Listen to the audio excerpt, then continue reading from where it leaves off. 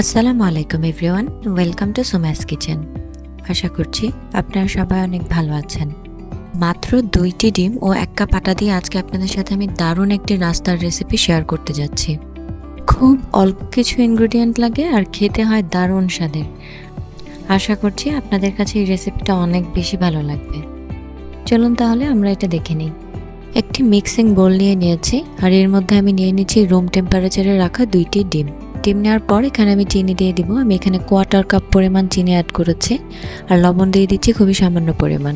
তারপরে আমি দিচ্ছি 1 চা চামচ পরিমাণ ভ্যানিলা এসেন্স। আপনাদের হাতের কাছে ভ্যানিলা এসেন্স না থাকলে আপনারা চাইলে এর পরিবর্তে 1 চা চামচ পরিমাণ লেবুর রস ইউজ করতে পারেন। এবার একটা কাঁটা চামচের সাহায্যে আমি এগুলোকে খুব ভালোভাবে মিশিয়ে নিব। যতক্ষণ পর্যন্ত চিনিটা পারফেক্টলি গলে না যাচ্ছে ততক্ষণ কিন্তু এভাবে মেশাতে হবে। পর এখানে আমি 1 কাপ পরিমাণ আটা অ্যাড করে নিচ্ছি। আপনারা কিন্তু চাইলে এখানে আটার পরিবর্তে ময়দাও ইউজ করতে পারেন। এরপর আমি দিয়ে দিচ্ছি বেকিং পাউডার 1/2 চা চামচ পরিমাণ। এবার আবারও কাঁটা চামচের সাহায্যে আমি এগুলোকে খুব ভালোভাবে মিশিয়ে নেব। কিছুক্ষণ নাড়তে থাকার পরেই কিন্তু একটা ডো রেডি হয়ে যাবে। ডোয়ের থিকনেসটা ঠিক এরকমই হবে। এটা খুব বেশি শক্ত করে তৈরি করা যাবে না। আশা করছি আপনারা এটার থিকনেসটা দেখে বুঝতে পারছেন। আমি একটা বোলের সাথে পানি নিয়ে নিয়েছি আর এর মধ্যে আমি হাতে কিছুটা তেল মাখিয়ে নিয়েছি।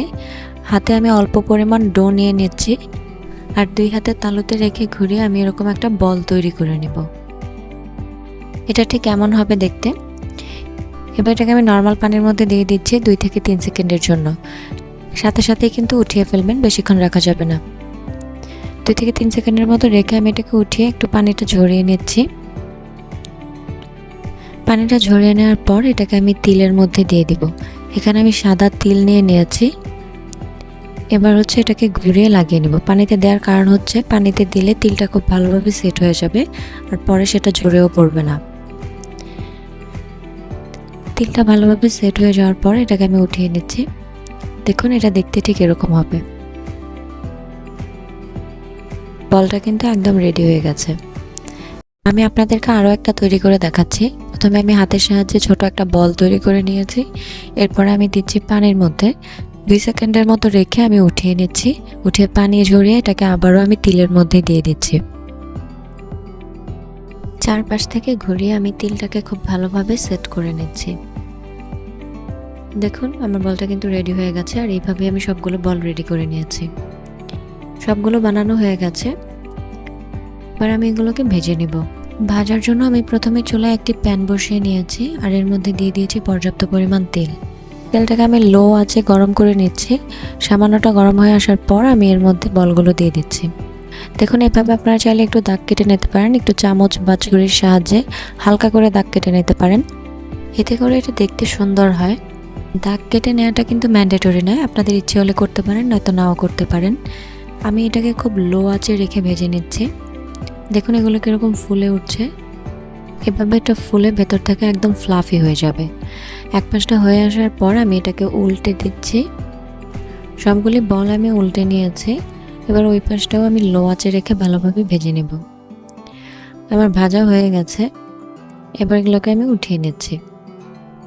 দেখুন এটা দেখতে কতটা সুন্দর হয়েছে।